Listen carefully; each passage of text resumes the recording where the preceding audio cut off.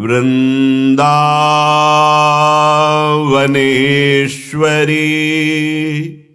तवैव पदारविंदम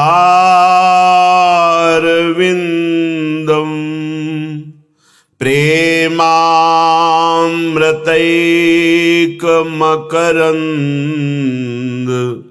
रसौघपूर्णम् हृद्यर्पितं मधुपतेः स्मरतापमुग्रं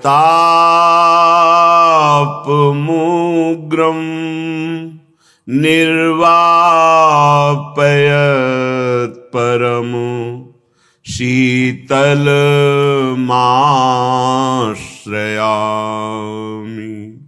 निर्वापयत् परमो शीतलमाश्रयामि।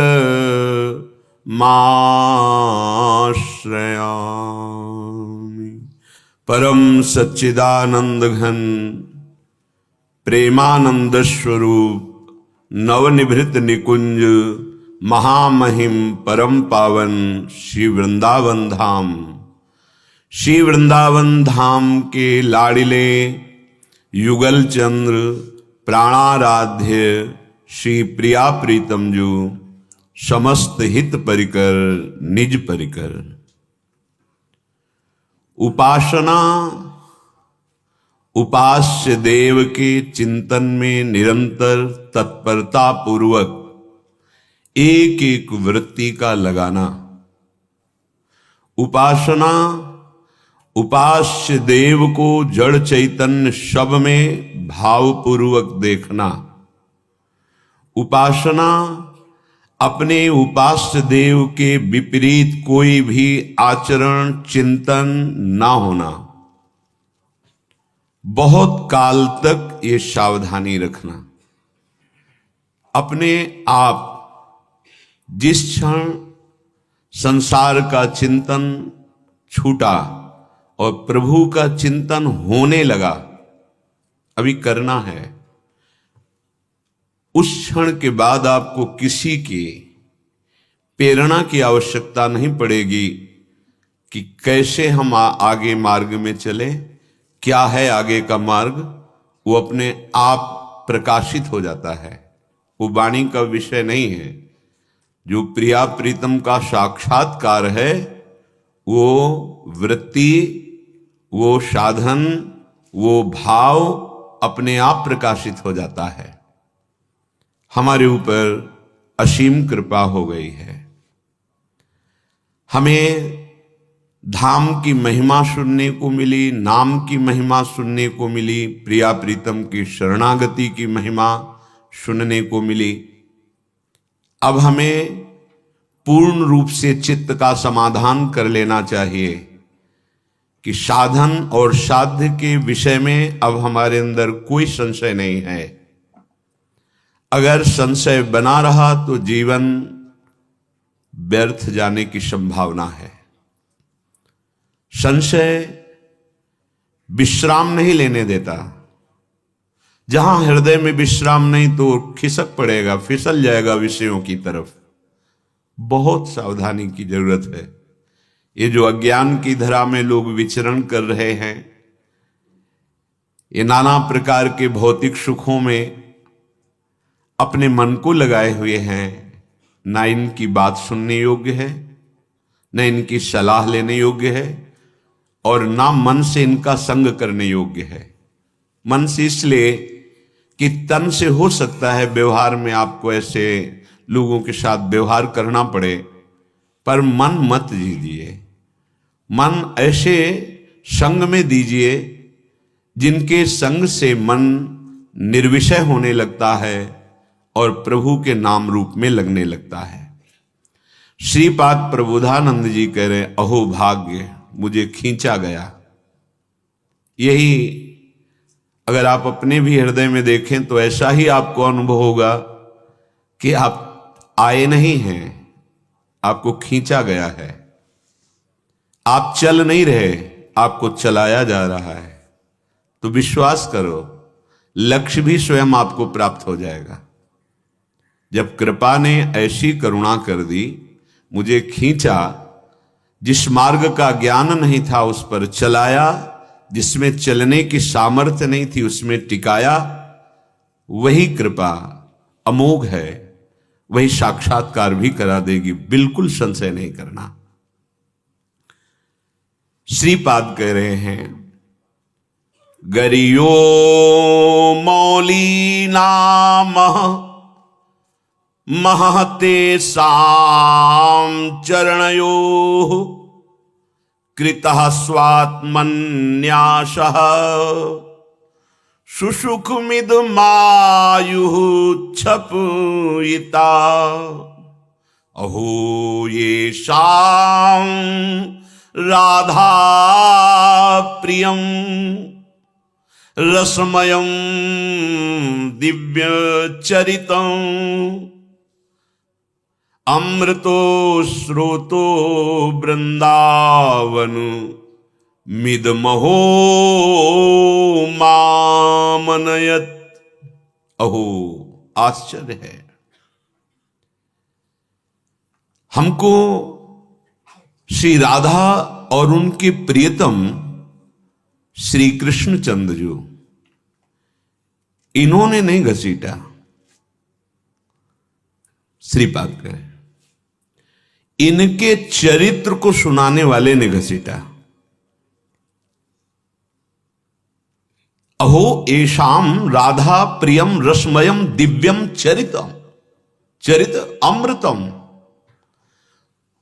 मुझे श्यामा श्याम के चरित्र सुना करके सुनाने वाले ने घसीटा है, अक्षरशः सत्य है। श्रोतो श्रवणेन्द्री से घसीटा गया, श्रवणेन्द्री से शब्द गया और हृदय को आकर्षित करके धाम ले आया। धामी प्रिया प्रीतम की शरणागति प्रदान कर दी। कृतः स्वात्मन्यासः, आत्मसमर्पण करवा दिया, बड़ी दुर्लभ बात है।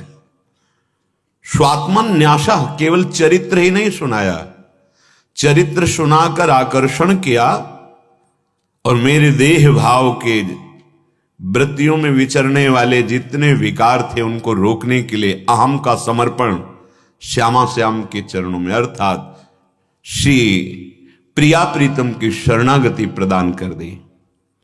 सुसुखमिदम आयु क्षपयिता। अब आपको कैसे बताएं कि मेरी आयु कितने सुख में व्यतीत हो रही। सुख शब्द से आप तत्काल बाहरी सुविधाओं पर चले जाते हैं। बाहरी सुविधाएं बहुतायत प्राप्त होने पर भी त्रिभुवन में कोई भी सुखी नहीं है। यहां तक कि देवराज इंद्र भी, जिसे सुख कहते हैं, उनके पास भी नहीं है वो। सुख किसे कहते हैं? जो पर से ना मिले, श्वा से मिले, उसे सुख कहते हैं।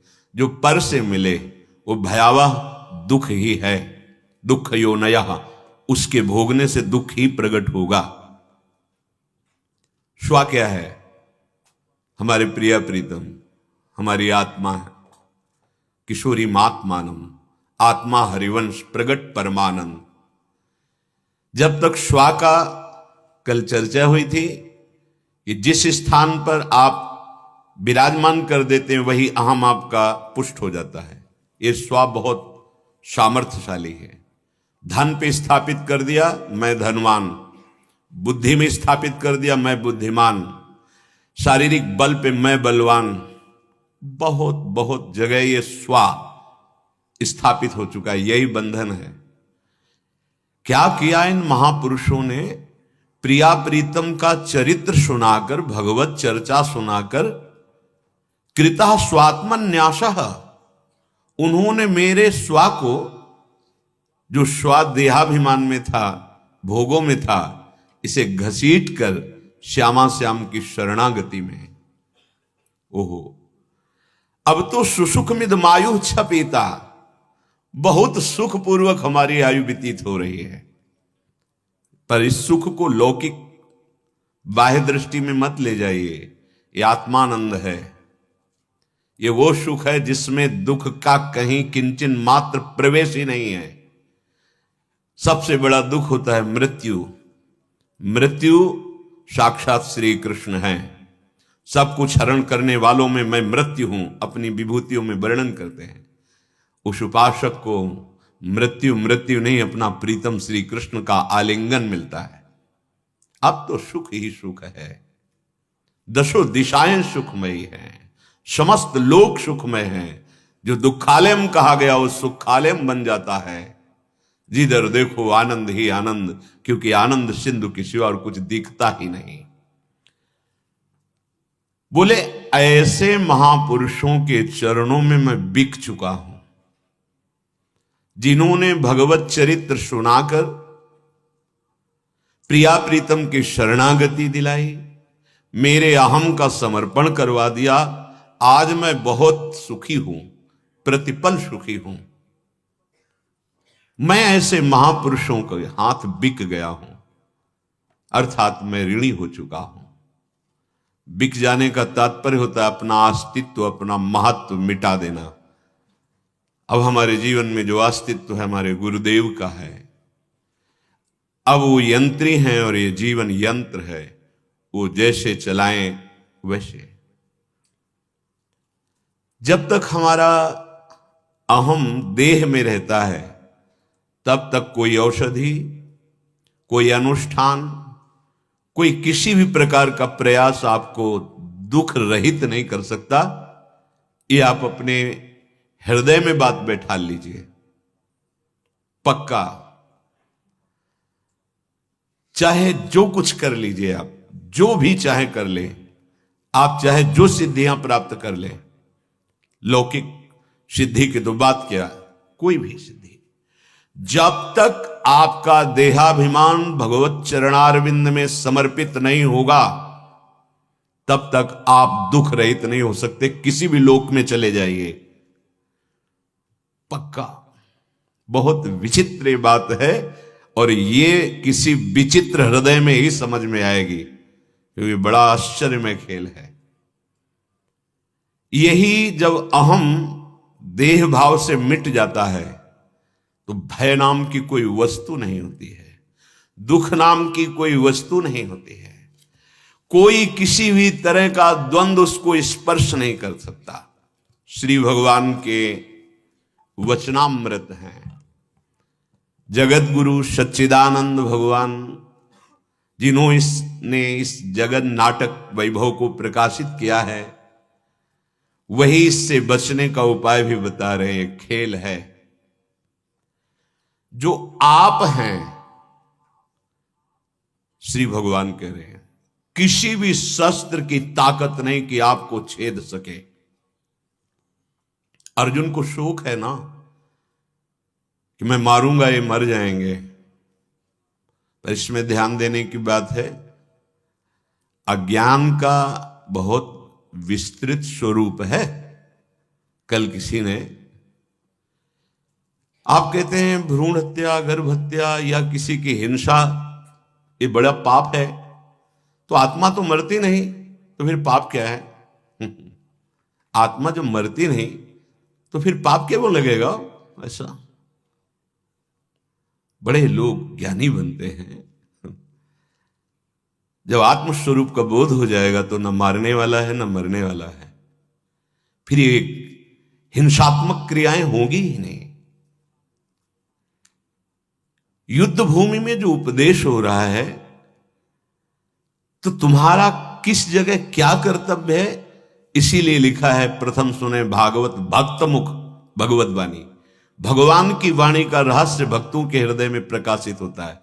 तुम्हारी आयु, तुम्हारी स्थिति, तुम्हारा कर्तव्य, इसको देखकर उपदेश होता है। सार्वभौम उपदेश किन्हीं किन्हीं सिद्धांतों को होता है, नहीं छोटे छोटे जो धर्मों का उपदेश है वो कर्तव्य पालन के लिए है।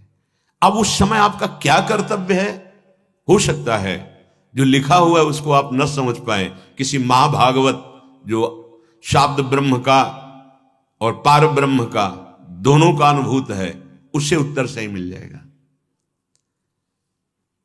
अगर हमारे हृदय में वास्तविक ज्ञान प्रकाशित हो गया है तो मैं के सिवा कुछ बचता ही नहीं है।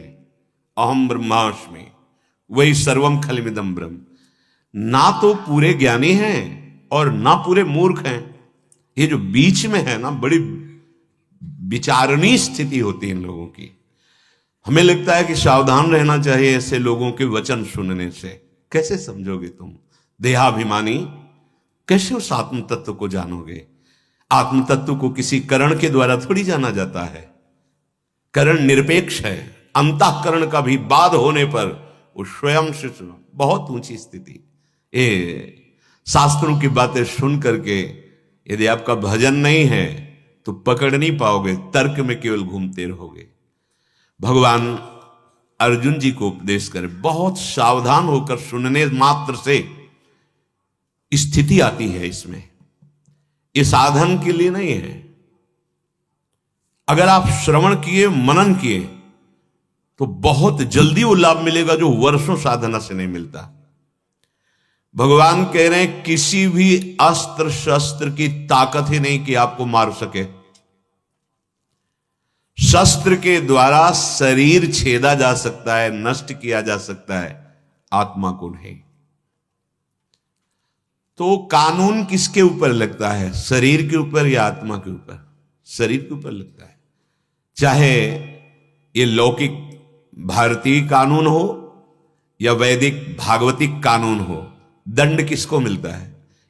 स्थूल छूट जाता है, सूक्ष्म और कारण आत्म प्रकाश से वो चैतन्य रहता है। भाई अगर स्थूल शरीर से पाप करोगे तो तुम्हें दंड भोगना पड़ेगा, पुण्य करोगे तो कुछ लौकिक लाभ मिलेंगे, पर अगर भक्ति करोगे, भगवत भाव से रहोगे, तो त्रिगुणातीत जो तुम्हारा स्वरूप है वो आनंद मिलेगा। इसीलिए जो शास्त्र निषेध करता है उसमें तर्क मत करो। कैसे करो? थोड़ा भजन करो तो अभी तुम्हारी बुद्धि सही निर्णय देने लगेगी।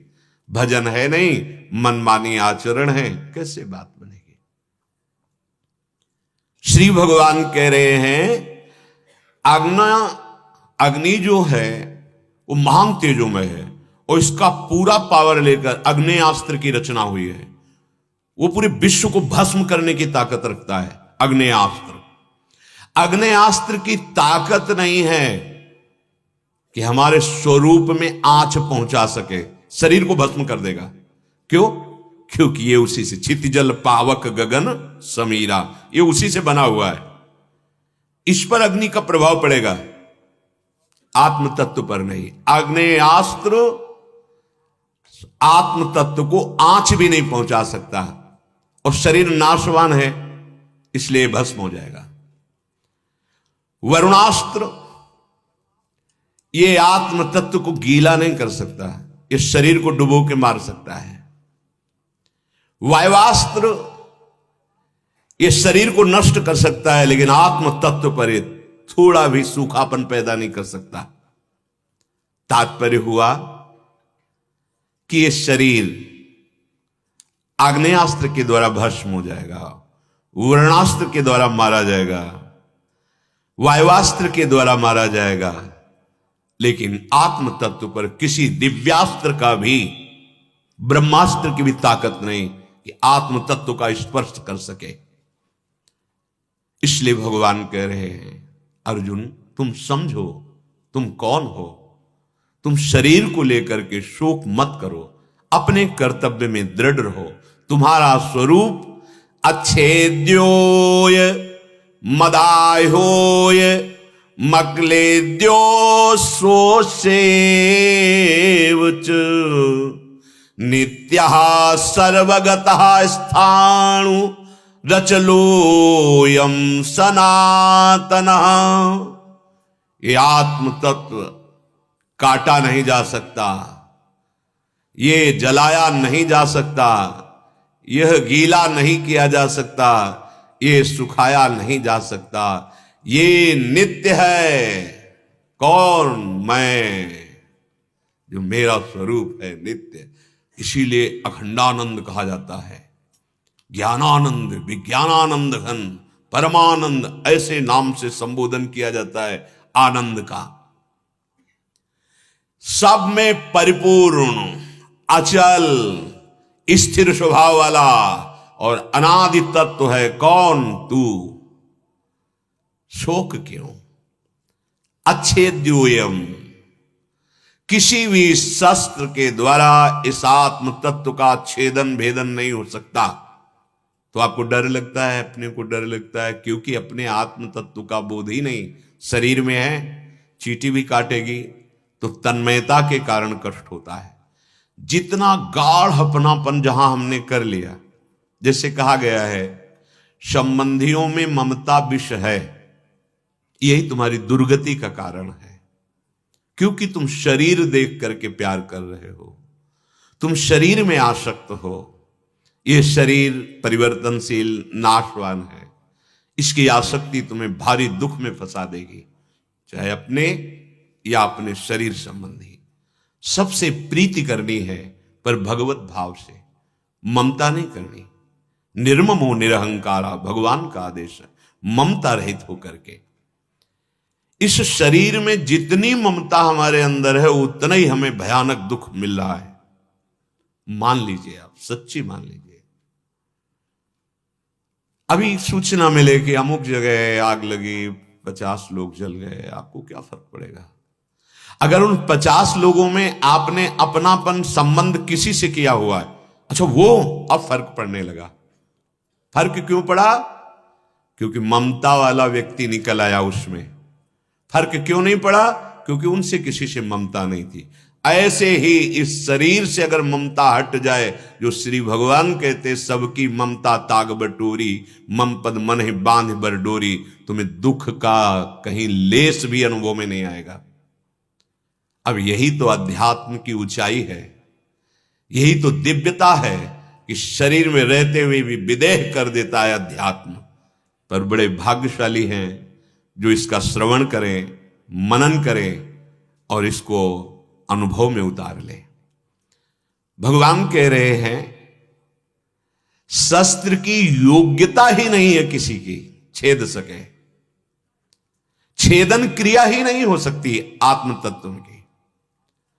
अच्छा, शस्त्र के सिवाय कोई मंत्र से, सांप से कुछ भी प्रभाव नहीं पड़ता। सांप का भी प्रभाव शरीर पे पड़ेगा, आत्म तत्व पे नहीं पड़ेगा। तभी तो निर्विकार हो जाते हैं जो अपने स्वरूप का बोध प्राप्त कर लेते हैं। मंत्रों के द्वारा भी मारा जाता है। याज्ञवल्क्य जी के सही उत्तर न देने के कारण मंत्र का प्रयोग किया, साकल्य का तत्काल मस्तक कट के गिर गया। बड़ी सामर्थ्य। किसका मस्तक? शरीर का, स्वरूप का? बोले नहीं। किसी भी मंत्र में ताकत नहीं है, साप में ताकत नहीं कि स्वरूप में कोई फर्क डाल सके। वो आप हैं, वो आप। अदायोयम, ये आत्म तत्व अदाय है। इसमें अग्नि की ताकत ही नहीं, जलाने की योग्यता ही नहीं कि स्पर्श कर सके आत्म तत्व का। अग्नि के सिवाय कोई मंत्र से, साप से आत्म तत्व में कोई फर्क नहीं डाल सकता। जैसे दमयंती, जब व्याध ने जंगल, पीछे चरित्र सुना है, अजगर ग्रसित कर रहा था तो हाथ पकड़ करके निकाला और अजगर का वध कर दिया। अब दमयंती एक पतिव्रता नारी, सर्वांग सुंदरी महारानी देवी थी। व्याध निकालते समय तो रक्षा के भाव से स्पर्श करके निकाला। जब वो हटकर पीछे देखा तो इतना सुंदर रूप कि वो कामासक्त हो गया। दमयंती जी ने कहा, सावधान, आपके विचार पवित्र थे इसलिए मेरा स्पर्श किया, आपकी हानि नहीं हुई। अब आपके विचार अपवित्र हो गए, कदम भी बढ़ाओगे तो भस्म हो जाओगे। मैं एक पतिव्रता हूं, स्पर्श भी मत कर लेना। अब जिस भाव से तुम भावित हो गए हो, इसमें तुम्हारे शरीर पर अग्नि लग जाएगी। वो नहीं माना। जंगली व्याध हो, क्या जाने देवी शक्ति का प्रभाव। जीव ही आगे बढ़ा, स्पर्श करने की चेष्टा की तो जैसे कोई अग्नि को प्रज्वलित करने वाली वस्तुओं के साथ अग्नि प्रकट हो जाए, मनो जैसे केरोसिन या डीजल आदि डाल देने पर एकदम ऐसे पूरा शरीर तत्काल जला और भस्म हो गया। लेकिन शरीर, ये दहन क्रिया शरीर में, आत्म तत्व में नहीं। ये बड़ा गाढ़ विषय है। अक्लेद्य, आत्म तत्व को गीला करने की ताकत ही नहीं जल में। जल से, मंत्र से, साप से, औषधि से किसी भी तरह से गीला नहीं किया जा सकता, मारा नहीं जा सकता। जैसे कहते हैं माल को शराब का गायन करे तो पत्थर में भी पसीना आ जाता है, उसमें भी पानी झलकने लगता है। आत्म तत्व में किसी राग रागिनी का, किसी मंत्र का, किसी साप का कोई प्रभाव नहीं। अशोष्य,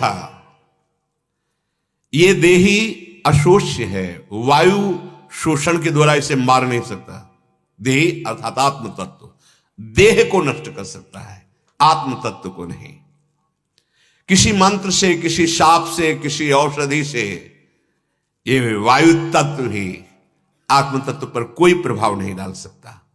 नित्य, क्योंकि ये नित्य है, शरीर अनित्य है, अनित्य का नाश निश्चित है और नित्य अविनाशी का नाश करने में कोई समर्थ नहीं है। सब काल में ज्यों का त्यों एक रस, ये परमात्म स्वरूप है। ये जो अपना स्वरूप है परमात्म स्वरूप है। सर्वगतः, जब मैं तत्व का बोध हो जाएगा तो सर्वत्र वही है, एक ही मैं है। असंख्यों मैं के रूप में जो बोला जा रहा है ये देहाभिमान का मैं है। एक ही मैं तत्व है। मैं पहले था, मैं ही बाद में रहूंगा, मैं ही मैं बीच में हूं, केवल मैं। ये भगवान ने चतुश्लोकी भागवत में ब्रह्मा जी को उपदेश किया है। किसी भी देश में, किसी भी काल में, किसी भी जगह में वो पूर्ण रूप से विराजमान है। वस्तु, व्यक्ति आदि का भेद शरीर को लेकर है, आत्म तत्व को लेकर नहीं। अचला, इसे कहीं आना जाना नहीं, सर्वत्र विराजमान है। सर्वगत है, आत्म तत्व कहीं आता जाता नहीं है। आना जाना ये शरीरों का है, स्थूल शरीर, सूक्ष्म शरीर, कारण शरीर। स्थाणु हूं, ये चलायमान नहीं है, ये स्थिर है। इसीलिए शांत रस, हर समय शांत स्थिति। पूज्य सिउड़िया बाबा जी जब स्वरूप समाधि में स्थित, वो तो हर समय रहते, पर व्यवहार में रहते हुए भी, तो व्यवहार में रहते हुए तो शरीर चलायमान दिखाई देता, लेकिन जब वो व्यवहार शून्य होते तो ऐसी आंखें होती जैसे मृत शरीर की। श्वास का आना जाना भी बंद। शरीर में परीक्षण करने पर भी नाड़ी आदि जो प्राण का संबोधन करने वाली है कि है नहीं। एक बार तो मोहनपुर में कुटिया में इसी स्थिति में विराजमान थे। कुछ भक्त लोग दौड़ते हुए गए और फिर बाहर रोते हुए निकले कि हम लोगों का भाग्य क्या हुआ। बाबा पधार गए, आंख खुली हुई, पीत वर्ण चेहरा हो गया है, समाधि में स्थित, कोई हलचल, कोई श्वास, कोई नस नाड़ी, कोई। वो लोग दौड़ के गए, देखो, बोले ये तो रोज स्थिति रहती है बाबा की, आत्म स्वरूप में स्थित। ज्ञान की बहुत ऊंची स्थिति होती है। जड़ भरत जी 5वीं स्थिति में उनका वर्णन किया गया है। आखिरी स्थिति में तो अगर शरीर अग्नि में जल रहा है तो उसको कोई फर्क नहीं। शरीर अग्नि में, ये अध्यात्म है। यहां तो अभी ककहरा नहीं शुरू हुआ अध्यात्म का। तो ये विषय सुख से शरीर का पोषण थोड़ा वाला जो भागवतिक कार्य कर लिया और बस अपने को पंडित मान लेते हैं, ज्ञानी मान लेते हैं, अपने को महान भक्त मान लेते हैं। भूमिकाएं भक्ति की, जैसे ज्ञानी को देह भान नहीं रहता ऐसे भक्त को भी देह भान नहीं रहता। थे वचन मिथुन मुख निसर, सुन सुन देह दशा किन भूलो। शरीर शुद्धि नहीं। जैसे समाधि में ऐसे पेन हाथ में है, संपादन कार्य के लिए बैठे 20 घंटे से, दतून मुख में है, 3 दिन 3 रात होश ही नहीं। बिहारी देव जी महाराज कभी पात्र मार्जन कर रहे हैं सोच का, वही शरीर। ये हमारे लिए ही स्थितियां बनी हुई हैं। हमारा ये स्वरूप का वर्णन हो रहा है, किसी गैर के स्वरूप का वर्णन नहीं हो रहा है। ये हमारे स्वरूप का वर्णन हो रहा है। सनातन, यह अचल है, सनातन है, किसी काल में परिवर्तन नहीं होता, किसी काल में विनाश नहीं होता। ये मोक्ष क्या है? तरंग शांत हो गई, समुद्र पहले भी था, मध्य में भी था, बाद में भी था।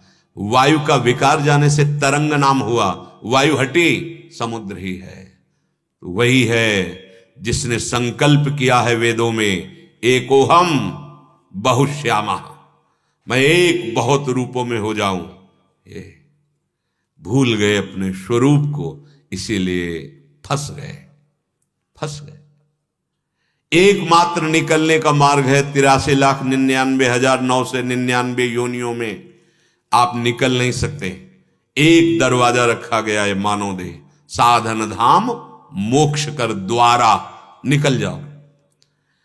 पर इतनी मनोहर सामग्रियां फेंक दी जाती है कि वो निकलना ही नहीं चाहता।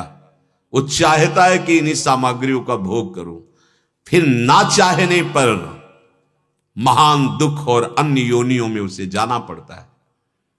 इसलिए श्री भगवान कह रहे हैं, अव्यक्तोय मचिंतोय मविकार्योय मुच्यते तस्मादेवं विदित्वैनं नानुशोचितुमर्हसि। ये आत्म तत्व तो ऐसे नहीं देखा जा सकता, क्योंकि दृश्य नहीं है, बड़ा सूक्ष्म विषय है। प्रत्यक्ष की तरह ऐसा नहीं कि मैंने आत्म तत्व का दर्शन किया है, ऐसे ही बोलते हैं, अज्ञान।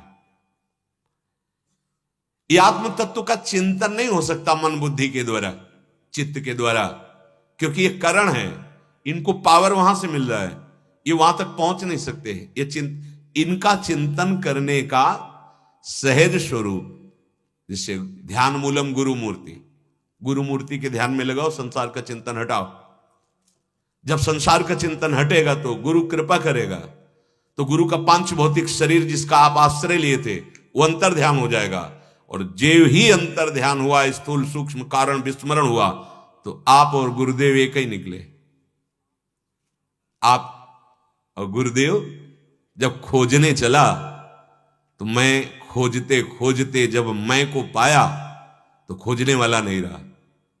वही बड़ा गूढ़ विषय, ये चिंतन का विषय नहीं। आत्मस्वरूप का चिंतन कैसे होता है? सब चिंतनों का बाध कर देना ही आत्मस्वरूप का चिंतन है। सब चिंतनों का बाध कर, कोई चिंतन नहीं, चिंतन शून्य स्थिति का नाम आत्मचिंतन है। चिंतन शून्य स्थिति का नाम आत्मचिंतन है। बड़ा कठिन। तो आओ, वही सबकी आत्मा जिन्हें परमात्मा कहते हैं, वही भगवान का रूप लेकर, इसीलिए वही बात बहुत सरलता से प्राप्त हो जाती, भगवान का रूप है। हमारी तुम्हारी तरह पांच भौतिक शरीर नहीं हो, आत्मस्वरूप है। सच्चिदानंद रूपाय, भगवान का रूप सच्चिदानंदमय है। चिदानंदमय देह तुम्हारी, विगत विकार जान अधिकारी। कोई अधिकारी जानता है कि भगवान का जो अंग है, जो रूप है, वो चिदानंदमय है, आत्मस्वरूप है। कितनी बढ़िया सुविधा दे दी भगवान ने, कितनी कृपा की अवतार लेकर, कि हम उनका चिंतन कर सकते हैं। उनके चिंतन के गाढ़ अवस्था में आकर संसार का चिंतन भूल गए, स्वरूप स्थित हो गए। तभी भगवान कहते मम दर्शन फल परम अनुपा, जीव पाव निज सहज स्वरूपा। बड़ी गूढ़ बात है कि मेरा दर्शन और स्वरूप साक्षात्कार एक ही बात है। मम दर्शन फल परम अनुपा, जीव पाव निज सोई जानाई जे देहु जनाई, जानत तुम्हें हो जाए। दो नहीं, द्वैत से अद्वैत, अद्वैत से प्रेमाद्वैत। वो अद्भुत प्रेम का सुख ये मुक्त पुरुष को प्राप्त होता है, जो जीवन मुक्त महापुरुष। बहुत कठिन है संपूर्ण चिंतन का त्याग करना, क्योंकि आत्म तत्व चिंतन का विषय नहीं। इसीलिए भगवान को भी कहा गया है, राम अतर्क बुद्धि मन बानी। बड़ा गूढ़ विषय है। जब भगवान कृपा करते हैं तो तुम्हारे चिंतन में आते हैं, ध्यान रखना। अनंत जीव है, भगवान का चिंतन ही नहीं कर सकते। जब कृपा करते हैं भगवान तो नाम के, रूप के, लीला के, धाम के रूप में आपके चिंतन में आए हैं। नाच पड़ो, यदि आपका चिंतन बन रहा है ना नाम का, रूप का, लीला का, धाम का, तो उसी आत्म तत्व जो अचिंत्य है उसका चिंतन हो रहा है। बड़ी बात है, बड़ी बात है। हमें बहुत कुछ मिल गया अगर नाम जब चलने लगा, भगवत चिंतन चलने लगा। हम कहते हैं 24 घंटे में कुछ ही समय चलने लगा, तो अनंत जन्मों से जो हम भूले हुए थे, कुछ समय तो सावधान हो गए। अब इसी समय के बल से हम पूरे समय को भगवत चिंतन में लगा लेंगे। इसीलिए भक्ति सहज, सरल और सर्वश्रेष्ठ स्थिति प्रदान करने वाली है। बड़ा कठिन है ज्ञान का विषय, अचिंत्य है।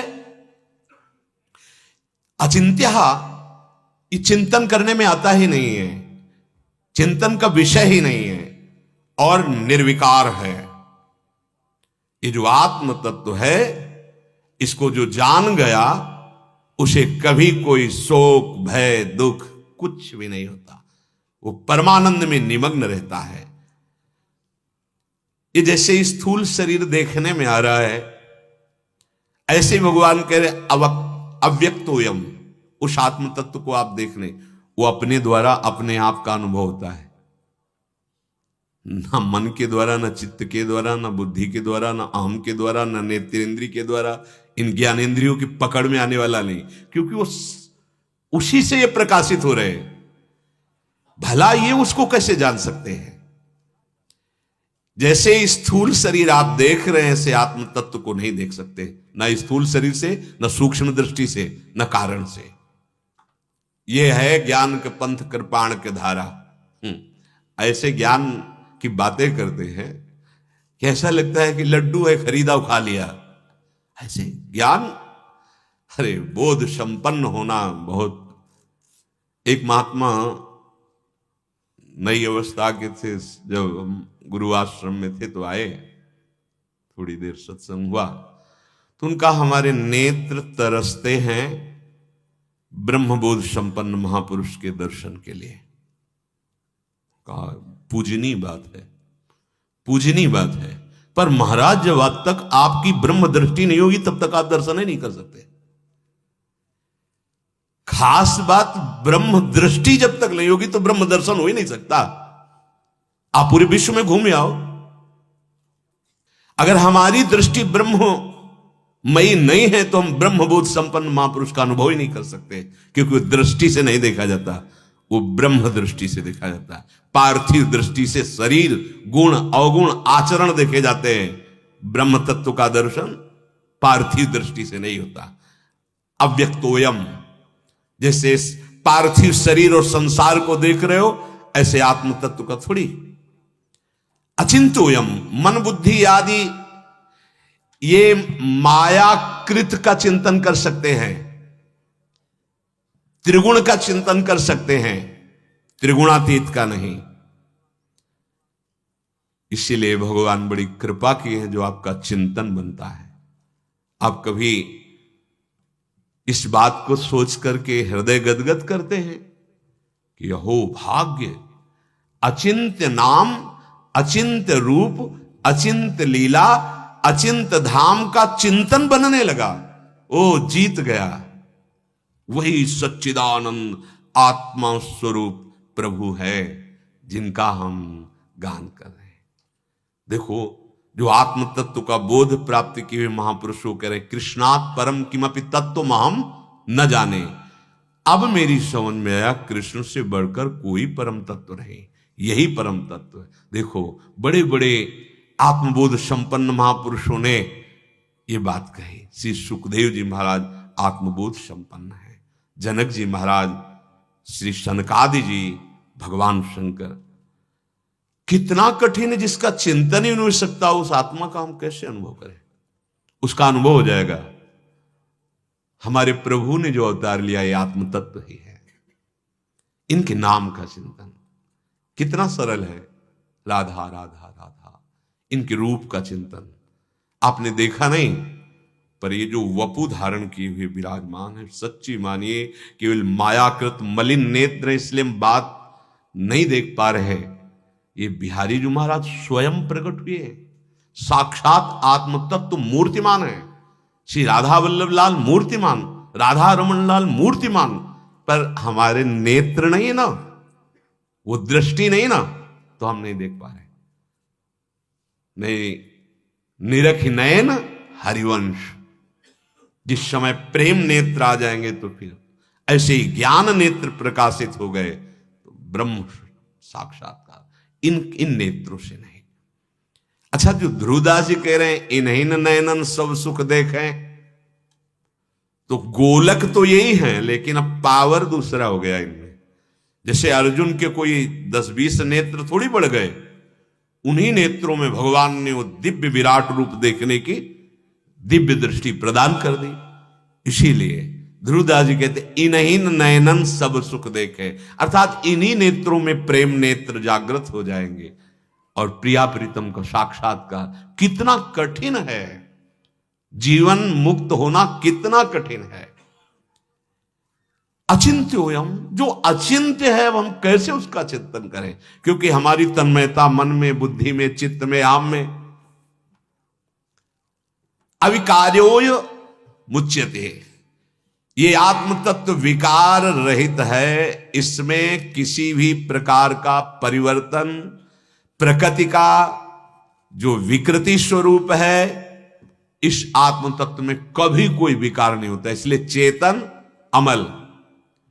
अब जैसे कोई कहता है रो के कि हमारे द्वारा ये पाप हो गया, अब क्या मेरी शुद्धिकरण का कोई उपाय है? तो शास्त्रों में वर्णन है, लेकिन उसका ध्यान देना है। उसका मतलब ये नहीं कि आप खूब उत्साहपूर्वक पाप करें और बाद में वो प्रायश्चित, ऐसे प्रायश्चित नहीं कहते। ये अपराध है, नहीं मुक्त हो गए, गलती हो गई हमसे, हमें वास्तविक ज्ञान नहीं था, सत्संग के द्वारा हमें पता चला कि मेरे से पाप बन गया, तो अब लो नशानी अब ना नशई हो, ये प्रायश्चित। भगवान की शरण में हो जाओ, नाम कीर्तन करो, नाम जप करो, वास्तविक आप निष्पाप हो जाएंगे। कुछ लोगों का होता है कि इससे तो बढ़ावा मिलेगा, जप के देख, नाम जप के देख, हृदय में आग पैदा हो जाएगी।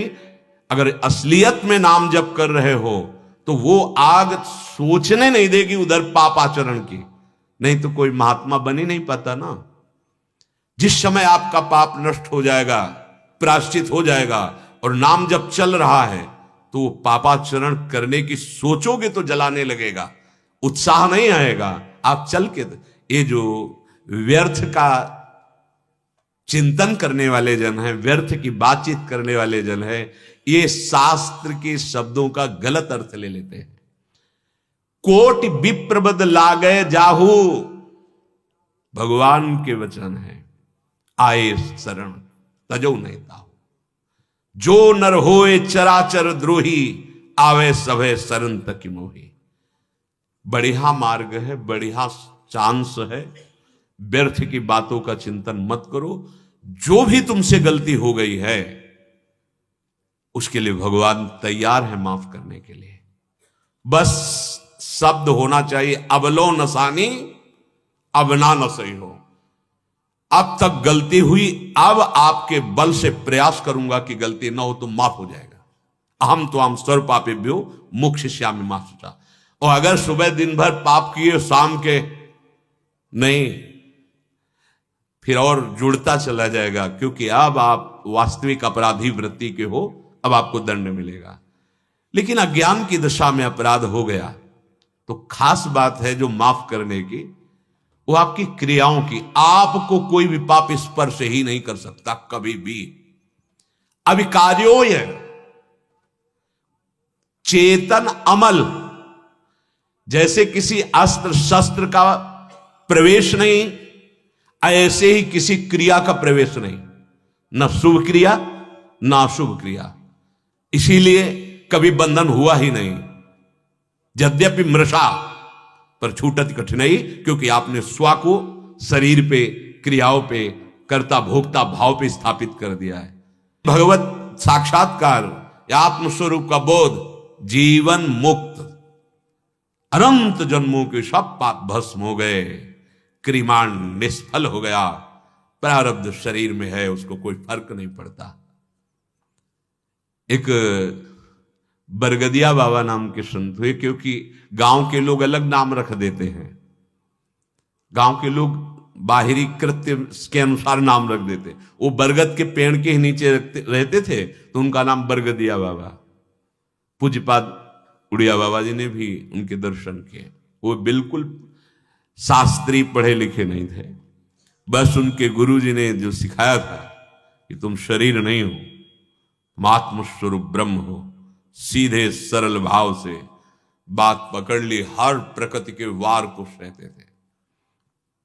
गंगा जी में प्राय खड़े काफी समय तक ऐसा होता है, जो भगवत प्राप्ति की लालसा होती, फिर विविध प्रकार के तप साधन होने लगते हैं। 4 बजे गंगा जी में गए, स्नान किया, भीषण ठंडा जल एकदम, बस हाथ उठाए मंत्र, ये भय नहीं कि कछुआ आ जाएगा कि मगरमच्छ आ जाएगा, उसमें खड़े होना ही भय का विषय होता है। लहरें चल रही है और मछलियां सब, तो किसी कछुए ने उनके काट लिया होगा, शरीर का प्रारब्ध होता है। और ज्यादा कोई औषधि आदि का विषय तो था नहीं, तो उसमें सड़न पैदा हुई। कुछ ऐसी मक्खियां होती हैं जो कीड़ा ही हकती है, अगर वो बैठ जाए तो फिर कीड़े का सृजन हो जाएगा, वो कीड़ा लगे। कोई बाहरी औषधि उन्होंने नहीं ली, उनके पैर में कीड़, और वो बाबा वर्णन करते कि उनके मुख का तेज, ब्रह्मानंद और शरीर से निरपेक्षता, एक चींटी रेंगने लगे तो सहन नहीं होगा, फिर अंदर मांस में कीड़े खा रहे हैं, कोई फर्क उनको नहीं है।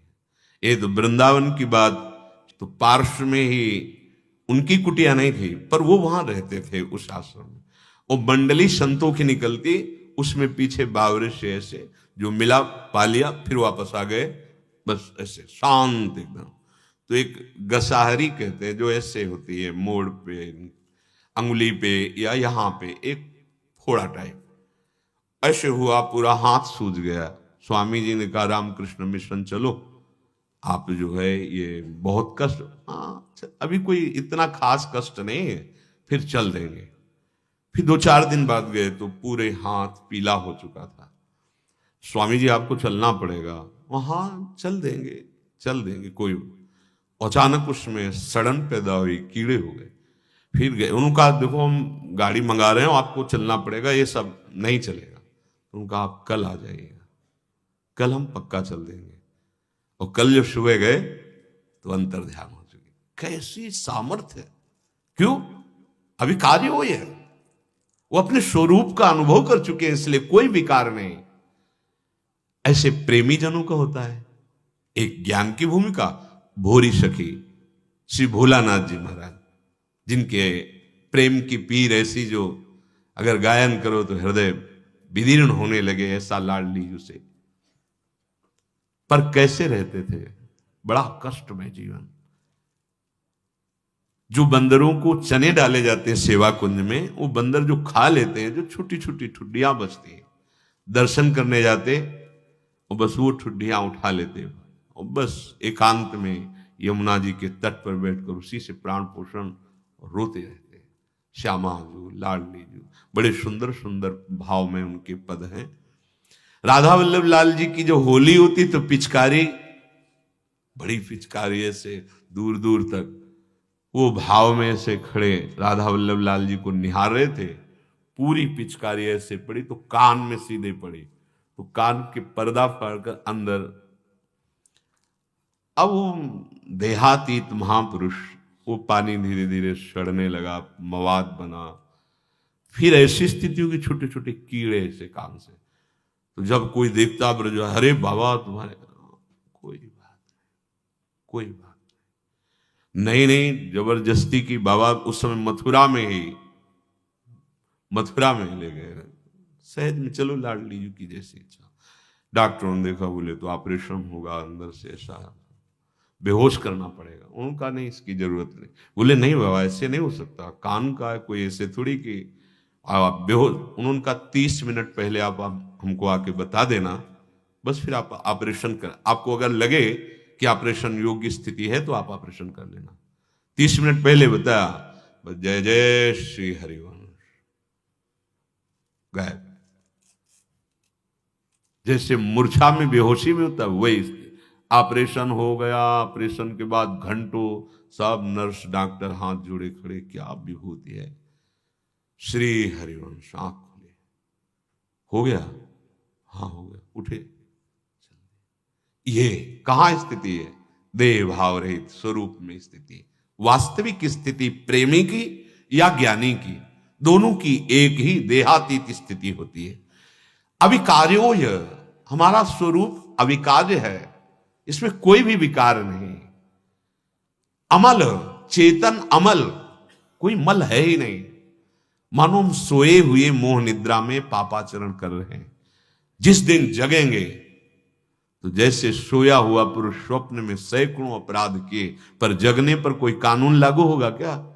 ऐसे ही जेहि जाने जग जाए हेराई, जागे जथा स्वपन भ्रम जाई, वो जीवन मुक्त हो जाता है। केवल प्रारब्ध की रचना जो शरीर रचते समय हुई वो भोग लेता है निर्विकार भाव से।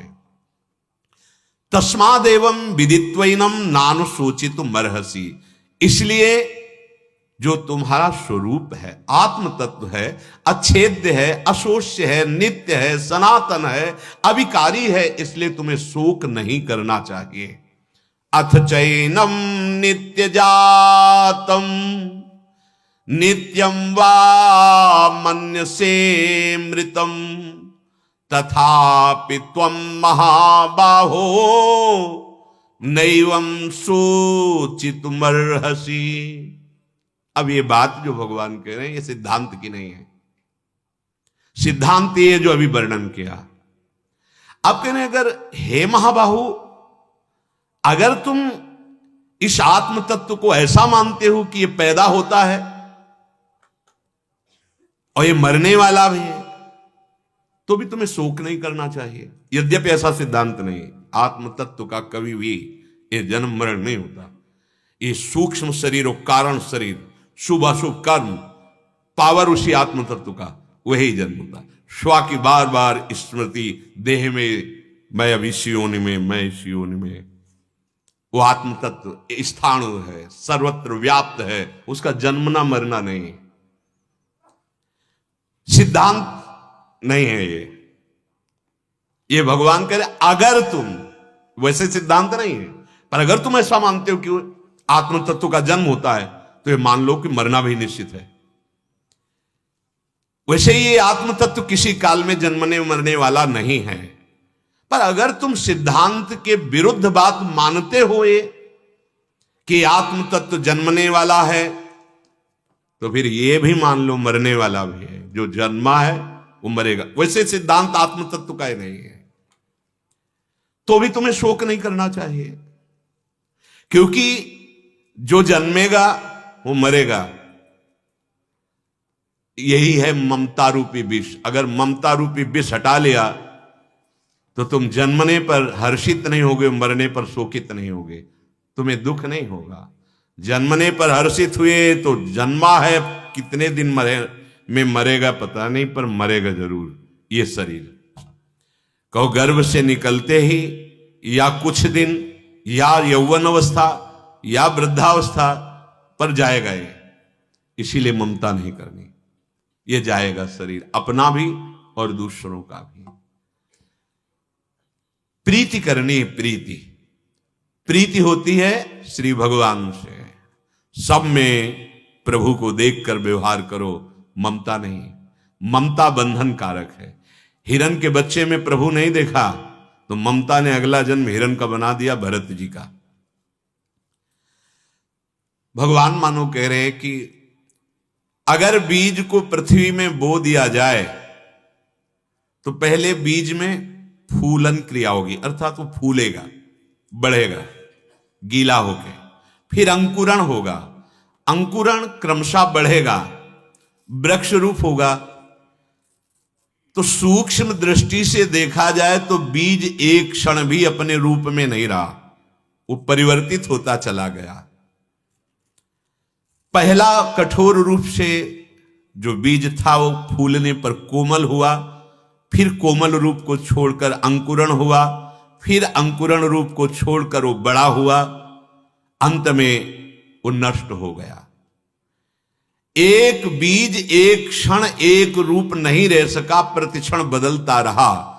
ऐसे ही तुम्हारा ये शरीर है। मां के गर्भ से निर्माण से लेकर के मृत्यु तक की प्रतिपण बदलता ही रहा, एक रस नहीं रहा। और इस बदलने को आप जानते हैं। आप जानते हैं कि मैं बालक, मैं किशोर, मैं यौवन, मैं वृद्ध, तो मैं वो वैसे ही रहा। इस शरीर बदलता गया क्योंकि आप उसके साक्षी हैं, आप उसके दृष्टा हैं। पर तुम यदि ऐसा मान लेते हो आत्म तत्व को कि वो नित्य जन्मने मरने वाला है, तो भी तुम्हें शोक नहीं करना चाहिए, क्योंकि जातस्य ही ध्रुवो मृत्युर ध्रुवम जन्म मृतस्य च तस्माद परिहार्येऽर्थे न तुम सोचितुमर्हसि। कारण कि जो पैदा हुआ वो मरेगा, निश्चित मरेगा। हम लोग राजी हो रहे हैं जानते हुए कि उसको दफना के आ रहे हैं, तो इसको भी तो दफनाया जाएगा।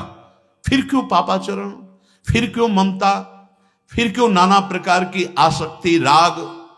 अरे यही शरीर, केवल यही शरीर तुम्हें परम पद में पहुंचा सकता है। और किसी शरीर में योग्यता ही नहीं है, विवेक ही नहीं है, साधन ही नहीं बन सकता है। इस शरीर का अभ्यास, हाँ, अगर किसी ऐसी योनि में चले गए तो ये सत्य अभ्यास है, छूटेगा नहीं। जैसे महाराज इंद्रद्युम्न के रूप में वो भजन परायण थे, पर अगस्त जी ने शासन किया कि जब तुम्हें राज्य सेवा दी गई है तो तुम किस ऋषि के आदेश से राज्य सेवा का त्याग कर यहां ऐसे तप परायण हो रहे हो? आए ना, आदर किया ना, तुम्हारे अंदर ये कैसी मोटी बुद्धि है? ना किसी ऋषि का आदेश, ना ऐसे जाओ हाथी की योनि को प्राप्त हो। वही गजेंद्र के रूप में प्रकट हुए। बड़ी तममयी स्थिति होती है, लेकिन अंतिम समय उनको वो भजन याद आया कि अब तो रक्षक केवल मेरे हरि हैं। भजन का कभी नाश नहीं होता। इस शरीर से ही भजन हो सकता है। अगर चूक हुई तो जिस शरीर में जाओगे ये भजन तुम्हें छोड़ेगा नहीं। जैसे हिरण रूप में जड़ भरत जी हुए तो गंडकी नदी में शरीर को खड़ा करके वही नाम, वही मंत्र जपते हुए अगला जन्म ब्रह्मबोध महापुरुष के रूप में। बहुत बड़ी हमें महिमामयी योनि मिली है मनुष्य शरीर। सच्ची मानिए, ये कुछ दिनों के लिए है। हमको जीवन मुक्त होना है, हमको भगवत प्राप्ति करनी है। फिर बाद में पछताओगे, हाथ कुछ लगेगा नहीं। सिद्धांत को समझो। जातस्य ही ध्रुव मृत्यु ध्रुवम जन्म मृतस्य च। पैदा हुआ है जरूर मरेगा। हम कहते हैं कसाई वाला है काल का, हरी हरी घास डाल रहा है, पंखे के नीचे पशु बंधा हुआ है, लेकिन उसको पता नहीं है कि नंबर लगा हुआ है। आगे वाला कटा तो फिर हमारा भी नंबर आ रहा है। ये काल का कसाई वाला है। जय सीत हरिवंश प्रपंच बंच सब ये काल ब्याल को खायो। यह जिये जान श्याम श्यामापद कमल संगी शिरनायो। नहीं बचेगा शरीर, चाहे जितनी औषधियां, चाहे जितनी व्यवस्था कर लो, ये मरेगा। जातस्य ही ध्रुव मृत्युर, भगवान के वचन है। ध्रुवम जन्म मृतस्य च, निश्चित तेरा जन्म होगा, फिर बार बार मरेगा जब तक जीवन मुक्त नहीं हो जाता। तस्माद परिहार्येऽर्थे न तुम सोचित मर्हसि। पैदा हुए की जरूर मृत्यु होगी, मरे हुए का जरूर जन्म होगा। इस जन्म मरण रूप परिवर्तन का प्रवाह रोके नहीं रुकेगा। कब तक? जब तक भगवत प्राप्ति नहीं हो जाएगी। पुनरपि जननम पुनरपि मरणम पुनरपि जननी जठरे शयनम। कब तक भोगोगे यार? कभी तो उबो, भजन करो। अभी सुंदर विवेक जागृत होने लगे। भजन के बिना बकवास रहती है। बहुत हंसी आती है कभी कभी बातें सुनकर लोगों की कि कहां फंसे हैं, कहां फंसे हैं। सिर्फ राग और द्वेष के सिवा कुछ नहीं हृदय में, वही प्रपंच भरे पड़े। शास्त्र भी पढ़ रहे हैं तो राग और द्वेष वाली बुद्धि से, ये मेड़, ये मेड़, ये मेड़। अरे सर्वम खलमिदम ब्रह्म। अगर जीवन मुक्त होना चाहते हो तो केवल इसी शरीर में हो सकते हो। श्री भगवान कह रहे हैं कि तो यद्यपि सिद्धांत नहीं है कि आत्म तत्व का जन्म मरण होता है, पर यदि अगर आप ऐसा मानते हैं तो जब जन्म हुआ है तो निश्चित मृत्यु होगी। तुम्हारा शोक करने का कोई भी कारण नहीं बनता है। तस्माद परिहार्यर्थे न तुम सोचित मरहसी। इसलिए किसी के जन्म में और किसी के मृत्यु में द्वंद्व में मत फंसो, हर्षित और शोकित मत हो। पता नहीं कै दिन रहेगा। जय दिन रहेगा, भगवत भाव से हम सेवा करेंगे, ऐसा ज्ञान हो जाता है। देखो, अकेला पुत्र श्रीवास जी के घर में प्रेमावतार महाप्रभु चैतन्य देव जी कीर्तन में उल्लसित होकर नृत्य करते हुए अमृत वर्षा कर रहे थे। दासी ने सूचना दी, कई दिन से बीमार पुत्र था, कि कान में आके कि पधार गया पुत्र। धीरे से कीर्तन करते हुए बगल में से गए, कहा दोबारा या नहीं, किसी का रोना धोना एक शब्द नहीं, हम अपने प्राण त्याग देंगे यदि महाप्रभु के कीर्तन में कोई विघ्न पड़ा। और करताल लेकर नाच रहे थे। थोड़ी देर में महाप्रभु का भाव संवरण हुआ, उनका श्रीवास कुछ हुआ है क्या, क्योंकि कीर्तन में अब वो रस नहीं आ रहा। तो किसी ने कहा कि श्रीवास जी तो नृत्य कर रहे, कहा कि श्रीवास का अकेला पुत्र था, पधार गया है, और वो मस्ती में कीर्तन कर, कोई फर्क नहीं। तब श्रीवास पुत्र पधारा, तुमने कहा नहीं? तो बोले प्रभु, इस जीव की जो गति हुई उसी आनंद में मैं नाच रहा हूं, जिसके सामने महाप्रभु चैतन्य देव नाम कीर्तन कर रहे। भला वहां शरीर छोड़ने वाले को श्री कृष्ण के सिवा और क्या प्राप्त होगा? श्री कृष्ण मिल गए। मैं तो इस बात में नाच रहा हूं कि उसका जीवन सार्थक हो गया प्रभु, और आप ही हमारे सर्वस्व है, मुझे किसी बात का शोक नहीं। महाप्रभु ने जानते हो क्या कहा था? इस भाव के कारण श्रीवास तुमने आज मुझे खरीद लिया। साक्षात प्रभु ही हैं। नरसिंह मेहता जी का जब बेटे का शरीर पूरा हुआ तो करताल उठाकर नाच रहे थे और कह रहे थे गोविंद ने बड़ी कृपा की कि अभी तक जो सेवा थी निपट गई, हो गया कीर्तन। ये क्या है? आप संसार के लोग तो कहेंगे पागल है ये, भला पुत्र मरा और नाम कीर्तन करके नाचे हम, इसीलिए तुम शोकित हो। ना तुम्हें उसका परिचय है, ना उसके कर्तव्य का परिचय है, ना अपना परिचय है, ना अपने कर्तव्य का परिचय है, इसलिए मोहाविष्ट होकर शोक करते हो। सच्ची बात है। तुम्हारे रोके रुकेगा क्या? कोई रोक के दिखावे नहीं। यहां जो आया है सो जाएगा, क्या राजा रंग फकीर। अंतरे है कि एक सिंहासन चढ़ चले वो एक बांधे जात जंजीर। एक ने ऐसा भजन किया कि विमान आया और बैठकर जा रहे हैं, और एक ऐसे पापाचरण किए कि यमदूत की फांसियों में बंध कर पिटते हुए जा रहे हैं नरक की तरफ। यहां रहना तो किसी को नहीं है, चाहे साधु हो चाहे असाधु हो, शरीर तो सबका छूटेगा। ये प्रवाह है, इसे कोई रोक नहीं सकता। ये किसी के बस में नहीं है। सुनो भरत भावी प्रबल बिलख कहो मुनिनाथ, हानि लाभ जीवन मरण जस अपजस विधिहात। ये प्रवाह है। इसी प्रवाह को जो रोक दे उसे कहते हैं महात्मा। अब नहीं, अब ये चक्र नहीं। संसार चक्र से मुक्त होने के लिए मानव देह मिली, इसमें बहने के लिए नहीं कि बहते चले जाओ।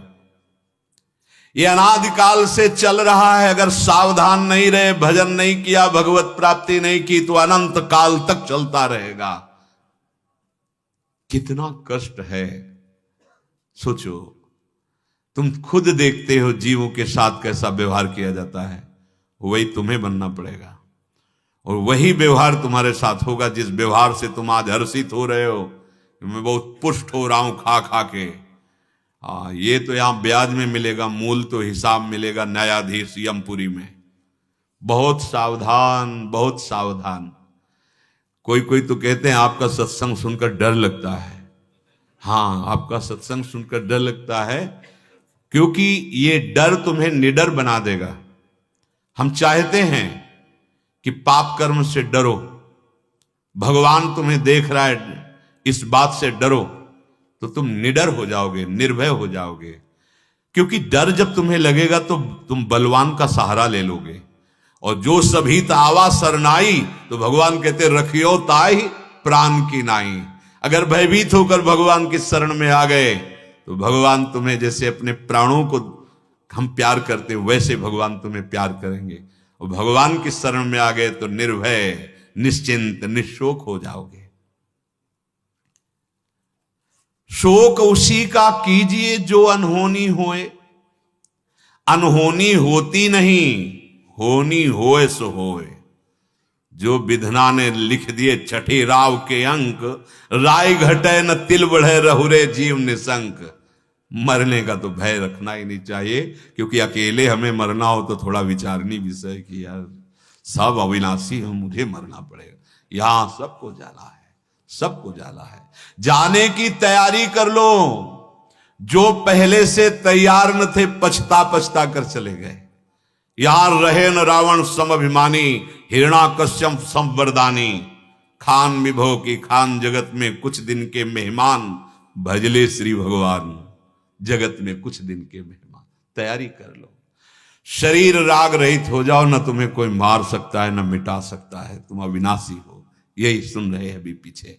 अगर ऐसा मानते हो कि जन्म होता है, तो भगवान कह रहे जातस्य ध्रुव मृत्यु, फिर मृत्यु भी होगी। इस चक्र को रोकने का अवसर मिला है, रोक दो भाई। अगर आप निरंतर नाम जप करेंगे तो संसार का चिंतन छूटने लगेगा। हमारे जन्म का हेतु संसार का चिंतन है। जो मन संसार के चिंतन में, संसार के भोगों में फंसा हुआ है, वही जन्म मरण का कारण है। और जो मन भगवान के चिंतन में, सावई मना कृष्ण पदार विंदयो, या मुरारी पादार्पित चित्त वृत्ति, यही मोक्ष पदवी को प्रदान कर देता है। नाम जपते जपते हृदय पवित्र होता है, शुद्ध ज्ञान, अलग दिखाई देने लगता है, शरीर अपने आप अनुभव में आने लगता है। ये अनुभव की चीज है, वाणी की विषय नहीं। ये तो भगवान बस समझा रहे हैं कि समझ जाओ। समझ तो आपके अंदर जागृत होगी अपने स्वरूप बोध की। जैसे सूर्य उदय होता है तो अंधकार मिट जाता है, ऐसे ज्ञान उदय होगा तो मोहांधकार मिट जाएगा। निश्चित बहुत बढ़िया अवसर है। तर्क वितर्क में मत फंसो। कल कोई एक प्रश्न करता आए थे कि शास्त्रार्थ मंच होना चाहिए और उस पर फिर शास्त्रार्थ होना चाहिए। देखो, ये विद्वानों का है, अपने भगवत मार्ग के पथिक है। अपने लोगों को हाथ ही जोड़ने हैं, पैर ही छूना है, सबके दासत्व से युक्त है। हमारे स्वामी सबके हृदय में विराजमान है। शास्त्रार्थ तो वो करे जो विद्वान हो और विजयी हो। हमको तो विजय चाहिए नहीं। हम तो बस इतना जानते हैं कि कोई समझे या न समझे, सबसे हमारी समझ भली। ठाकुर नंद किशोर हमारे, ठकुराइन वृषभानु लली। जैसे भाट अपने महाराज का यश गाते हैं, वैसे ये दास स्वामी के सिद्धांतों का, स्वामी का जस गान कर रहे हैं। स्वांता सुखाय तुलसी रघुनाथ गाथा। ये अपने आत्म सुख के लिए है। ये विद्वता और शास्त्रार्थ के लिए नहीं। विद्वता और शास्त्रार्थ में पराजित है, हारे हुए हैं। आप स्वामी और मैं सेवक।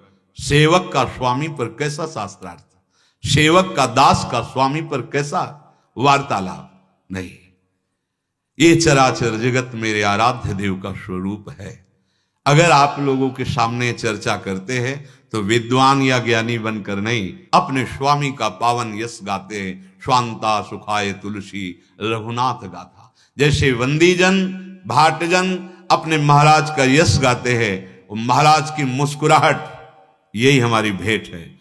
मेरे स्वामी सबके हृदय में बैठे हुए प्रसन्न हो रहे हैं, आनंदित हो रहे हैं, यही हमारी भेंट हो रही, इसी से हम जीवित हैं। तर्क और विवाद, वाद विवाद तहां नहीं। सेवक जी महाराज, वाद विवाद तहां नहीं। इस मार्ग में यदि पराजित होने का भय है तो अभी वस्तु तक पहुंच नहीं हुई है। यहां पराजय ही हमारी विजय है, हमारी विजय पराजय है। क्योंकि अहम की पुष्टता ही समस्त बंधनों का मूल है। पराजित अहम शून्य नहीं। हमारा जीवन हमारे प्रभु के लिए है। अर्जुन से भगवान कह रहे हैं, यद्यपि सिद्धांत नहीं पैसा मानते हो कि जन्मना है तो मरना भी है, निश्चित मरना है, तुम्हें शोक नहीं करना चाहिए। अव्यक्तादीनि भूतानि व्यक्त मध्यानि भारत अव्यक्त निधनान्येव तत्र का परिदेवना। एक अज्ञान की भी ऐसी धरा आती जिसमें भय नहीं रहता। जैसे दूसरों को नष्ट करने के लिए एक अपराधी, एक आताताई अपने शरीर में ऐसे विस्फोटक पदार्थ बांध लेता है और उस जगह पहुंचता है जहां सैकड़ों के शरीर की क्षति हो जाए और अपने शरीर को नष्ट कर लेता है। कहां से भय है? अज्ञान की एक धरा ऐसी है, कहां भय है? शायद यही अज्ञान की धरा हमको भयभीत नहीं होने दे रही। अगर वास्तविक भय आ जाए तो निर्भय पद में पहुंच जाए। वो कोई आत्मज्ञानी नहीं है, वो केवल अज्ञान से इतना गाढ़ अज्ञान में स्थित है कि अपने शरीर को नष्ट कर देता है दूसरे शरीरों को नष्ट करने के लिए। कोई भय नहीं उसको, जानता बटन दबाते चिथड़े उड़ जाएंगे शरीर के, कोई भय नहीं। कोई दूसरा नहीं दबाता, अपने हाथ से। क्या है ये अज्ञान की गाढ़ अवस्था देखो। और उसमें वो सुखानुभूति मानता है कि हमारा शरीर नष्ट होगा तो ऐसा ऐसा ऐसा। अध्यात्म का ज्ञान हुए बिना जीव की दुर्दशा नहीं रुकती है। कितने ऐसे निर्भय हैं भाई, किसी की हिंसा करने जाते हैं तो उनके अंदर भी निर्भयता ही रहती है कि अब जो होगा सो होगा, देखा जाएगा। हमें लगता है कि धन्य भाग है जिनके विवेक जग गए और भयभीत हो गए हो। माया के कृत्यों से, पापाचरणों से, संसार के इस दुखद चक्र से भयभीत हो गए, वो धन्यवाद के पात्र हैं। और भयभीत होकर सदगुरु की, प्रभु की, आचार्य की शरण में हुए और निर्भय पद को प्राप्त किए। ये जितना आप देख रहे हैं ये पहले नहीं थे। ये अव्यक्त निधनान्य ये बाद में नहीं दिखाई देंगे, कोई भी रूप नहीं दिखाई देंगे। जितने हैं इनकी सत्ता ही नहीं है। श्री भगवान कह रहे तुम्हें शोक नहीं करना है। अव्यक्तादीन भूतानी, ये जो देखने में आ रहा है अंदर से बाहर से, सूक्ष्म शरीर से या स्थूल शरीर से, गो गोचर जहां लग मन जाई सो सब माया जानो भाई। ये पहले ये रूप नहीं थे, तत्व तो एक ही था। ये जो नानात्व तो है ये नहीं था, ये केवल बीच में भास रहा है। भास रहे मतलब इसकी सत्ता नहीं, ये प्रकट हुआ और गया। अब जैसे सोचो तो 50-52 वर्ष हो गए, अभी कल की बात सी लगती। कितनी लंबी आयु व्यतीत हो गई, 50-52 वर्ष। अब कितने बचे हैं पता नहीं, 50 सेकंड है कि नहीं। प्रतिपल ये परिवर्तन की तरफ जा रहा है, इसकी सत्ता ही नहीं है। जो स्वरूप है वो सत्तावान है, अचल है, निर्विकार है, कोई मार नहीं सकता। और जो रूप है ये प्रतिपल मर रहे हैं। ये न पहले थे न बाद में रहेंगे, बीच में भी जैसे दिख रहे हैं वैसे नहीं है। प्रतिपल ये परिवर्तित हो रहे हैं।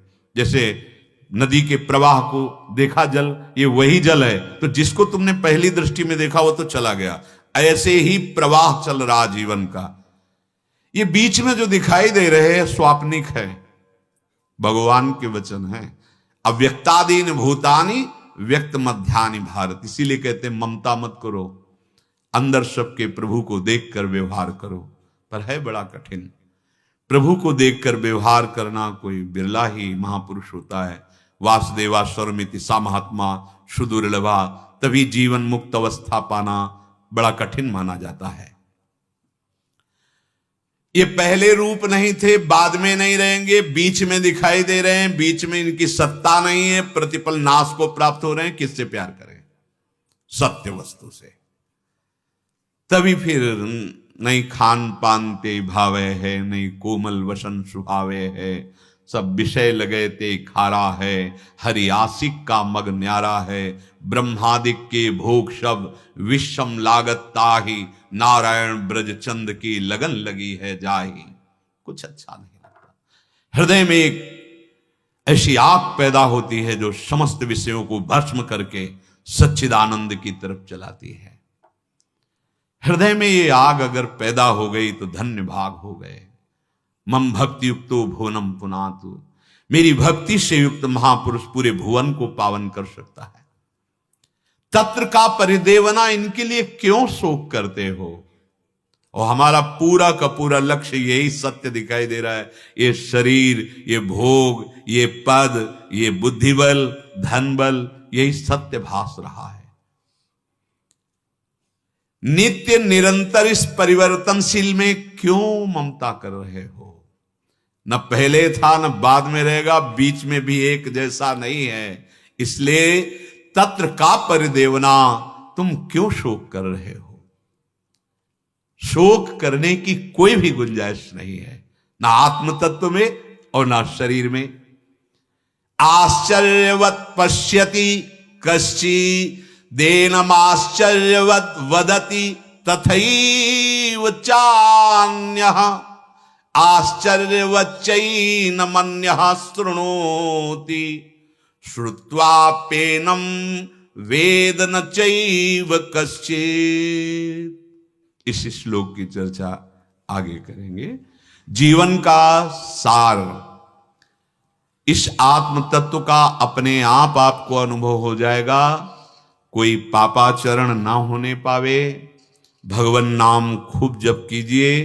किसी भी मार्ग का पथिक हो, नाम जप के बिना ऊंचाई पर नहीं चढ़ पाया। जैसे सन्यास मार्ग है तो प्रणव, कोई कहीं भी हो, जितने भी भगवान के नाम हैं सब सामर्थ्यशाली हैं। जो नाम जप में लग गया उसे ज्ञान, वैराग्य, भक्ति सब कुछ प्राप्त हो जाता है और बहुत सहज है। क्या जाता है? हर कार्य करते हुए आप जिह्वा से नाम जप, तर्क वितर्क ना करके प्रार्थना मान लीजिए। आज तक जितने सिद्ध महापुरुष हुए हैं, चाहे निर्गुण भाव में चाहे सगुण भाव में, सबने नाम का आश्रय लिया है। उनके जीवन का आंतरिक विषय नाम चिंतन हुआ है। नाम से ही हृदय पवित्र हुआ, और पवित्र जैसे जल निर्मल हो और शांत हो तो उसके नीचे तल में क्या विराजमान दिखाई दे देता है। ऐसे पवित्र अंतःकरण तो अंदर दिखाई देगा आत्मस्वरूप का, जहां से प्रकाश आ, वो कोई और नहीं, वो मैं ही है। अपने आप बोध हो जाएगा। आप पवित्र आचरण और भगवान नाम और सत्संग तो कृपा से मिल ही रहा है। खाली समय हो तो बार बार इस सत्संग को सुनो, तो हर बार आपको नए शब्द मिलेंगे पकड़ में। अगर हम शब्द पकड़ने लगे और उन पर चलने लगे, अनुभव में उतार लिया, तो ये जीवन।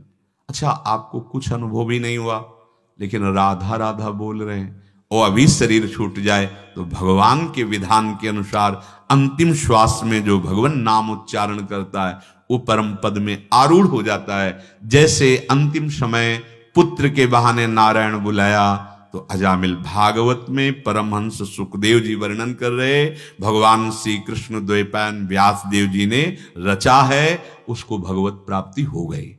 पुत्र के बहाने नारायण, फिर आप किसी बहाने से नहीं, आप तो सीधे किशोरी जी को पुकार रहे राधा राधा राधा। आपके कल्याण में, आपके मंगल में कोई संशय नहीं। बस श्वास श्वास सावधान रहो, कोई श्वास वृथा न जाए, कहीं कोई ऐसे कृत्य न बन जाए हमारा मन मलिन हो जाए, नाम से भजन से हटने लगे। बस इतनी सावधानी रखिए, सब ज्ञान अपने आप आ जाएगा। सच्ची बात कहते हैं आप, जो ज्ञान गीता में लिखा हुआ है, आप भगवत चिंतन परायण रहिए, वो अचिंत तत्व अनुभव में आ जाएगा। विश्वास कर लीजिए। जिसने भगवान का भजन ठाना, गोस्वामी जी बहुत बड़े महापुरुष हैं, कह रहे बारी मथे घृत होए बर सिकता ते बर तेल, बिनु हरि भजन न भवतरी या सिद्धांत पेल। बार बार महापुरुषों ने कहा। इसलिए सबसे प्रार्थना है, कुछ समझ में आवे या ना आवे, हर समय नाम जपते रहो, आगे बढ़ जाओगे। आप खुद देख लेना, जैसे जैसे नाम जप करोगे वैसे वैसे परम पवित्र हृदय होता जाएगा। अपवित्र पवित्रो वा सर्वावस्थांगतोपि वह, यह स्मरेत पुंडरीकाक्षम सवायाभ्यंतर शुचि। बाहर भी पवित्र और अंतर में भी पवित्र। नाम नाम, कमल नयन भगवान श्री हरि का नाम, यही परम मंगल है। प्यारी जू का नाम राधा राधा, यही परम जीवन धन है, यही परम ज्ञान है, यही परम पवित्रता है कि हमारा मन नाम में लग जाए। शिष्य जागे। श्री राधा वल्लभ लाल।